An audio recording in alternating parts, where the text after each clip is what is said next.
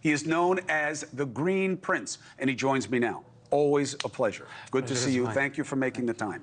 So you heard about this, and you were shocked that America would be doing something that you believe has deadly consequences, short and long term. Why?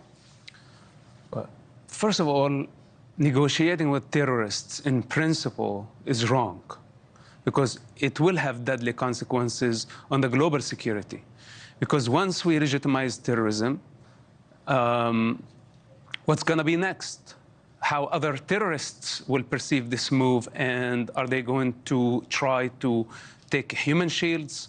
Are they going to try to bully and blackmail democracies worldwide?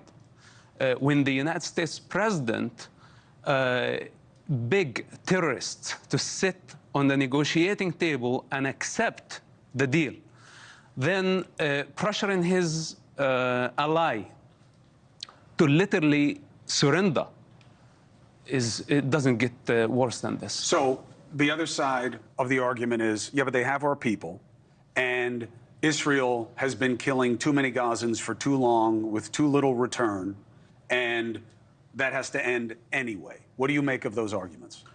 Well, first of all, let's correct this narrative, because Israel is not killing civilians in Gaza.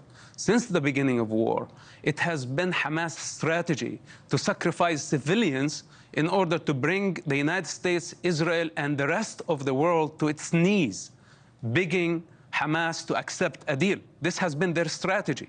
And now... You think Hamas intentionally wants innocent Gazans to die to make everybody upset and come to them for a deal? This is the only weapon in Hamas' hands, using their own people as human shields, sacrificing as much as they can, maximizing the civilian casualty, because they know that this will not be accepted globally, and it will create the global chaos we are experiencing right now. So the pro-Palestine movement and the anti-Israel movement, the President of the United States and many other leaders of the free world walked right into Hamas' trap. This is the only weapon in Hamas' hands, to kill civilians in order to pressure democracies, and we're telling them that your strategy is working. How does Hamas keep support among the Gazan people when they must know what you know, which is that Hamas is sacrificing them for their cause? Okay, this could be misunderstood, but a huge part of the Gaza civilians are complicit in Hamas crime. They voted for Hamas. The vast majority of Gazans, they are on the they believe in the same culture, in the same belief system. They participated in the rape that happened on October 7. They hid hostages. They are not helping Israel find the hostage locations. So to a certain degree, Gazans are paying the price of being complicit in Hamas crime. Even women, even children? Okay, I cannot include children in this situation, but also I cannot blame Israel as the actual killer of the children, because when Hamas hide behind the children and women, they should not have immunity. And Israel has to finish the job by removing Hamas from power and bringing the hostages back, because we cannot afford another Gaza war. So the fact that Hamas killed Jewish children in the morning and in the evening hid behind their own children does not make them immune. Now, let's discuss what we discuss in private that you always push back on me about, and let the audience decide. One is, Israel has made two mistakes. Obviously, every time innocents are killed, that's something that you wish had been avoided. But tactically, they're not allowing enough aid in. And even the United States got that right when we were fighting in the region in Iraq and Afghanistan. There was lots of aid coming in so that anyone who wasn't an active fighter would get a message that America didn't want to kill everybody. Israel hasn't let enough aid in. Second, they haven't allowed media on the ground in the war zone so that the story can be told by people who don't have a stake in the action. I think both are big mistakes. You say it's too dangerous, and aid is not as simple as I make it. Why? My personal opinion is to deplete Hamas to the worst possible way, not to give them aid, because the aid is going, first of all, to Hamas. If you ask me about the best strategy, was to evacuate children and women, and this is what I said from day one from this war. Get them out of the danger, because Hamas want to use them as human shields.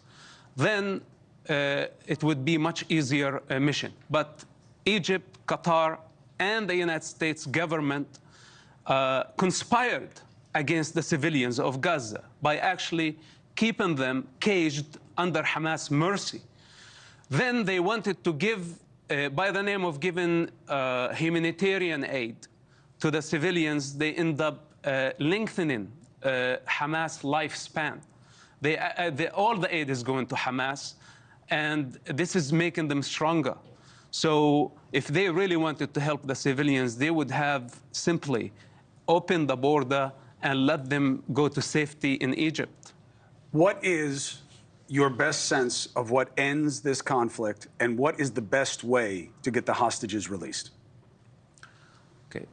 First of all, the brave operation, high-risk operation that took place a few days ago was a very significant one, and it showed that it's possible to rescue at least some of the hostages.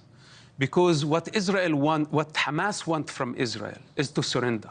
They hit Israel so badly on October 7, and they took the hostages in order to force Israel to surrender on October 8th. This is why they took the hostages. And in my opinion, Israel should never surrender, because it's about the future of Israel. It's about the existence of Israel. And the hostage situation is very important to the Israeli government, but I think the very existence of the state of Israel is more important. And if Hamas want from Israel to surrender, I think it would be a mistake to trade the security of a nation because of the hostage situation, even though it's very hard to say that. So pressuring Hamas, the United States could have pressured Qatar to expel Hamas leaders instead of pressuring Israel to surrender. Because we believe the leaders are in Qatar. That's why you're saying that. Yes. Instead of pressuring Israel to surrender to the demands of Hamas. They would have been a much better strategy. And now Hamas toughened their position. And the United States policy brought Hamas expectations much higher. And I think now Israel is having to deal with the consequences of the U.S. Policy. Now to negotiate with Hamas directly behind Israel back is another stab in the back. It's very dangerous policy what's happening right now. We could have pressured Hamas a lot more through Qatar and militarily by closing the border with Rafah, which the United States also pressured Israel to delay months. We could have done this job 3 or 4 months ago if it wasn't for the Biden administration pressure against Israel and allowing Hamas to play everybody. Always a pleasure to get your perspective. Thank you for giving us the benefit of your perspective and the history and potentially the future. Always appreciated. Thanks for watching. Drop a comment below. Don't forget to like, share, and hit subscribe to stay updated with our latest content. Until next time, stay informed and inspired. This is Dejobnik signing off.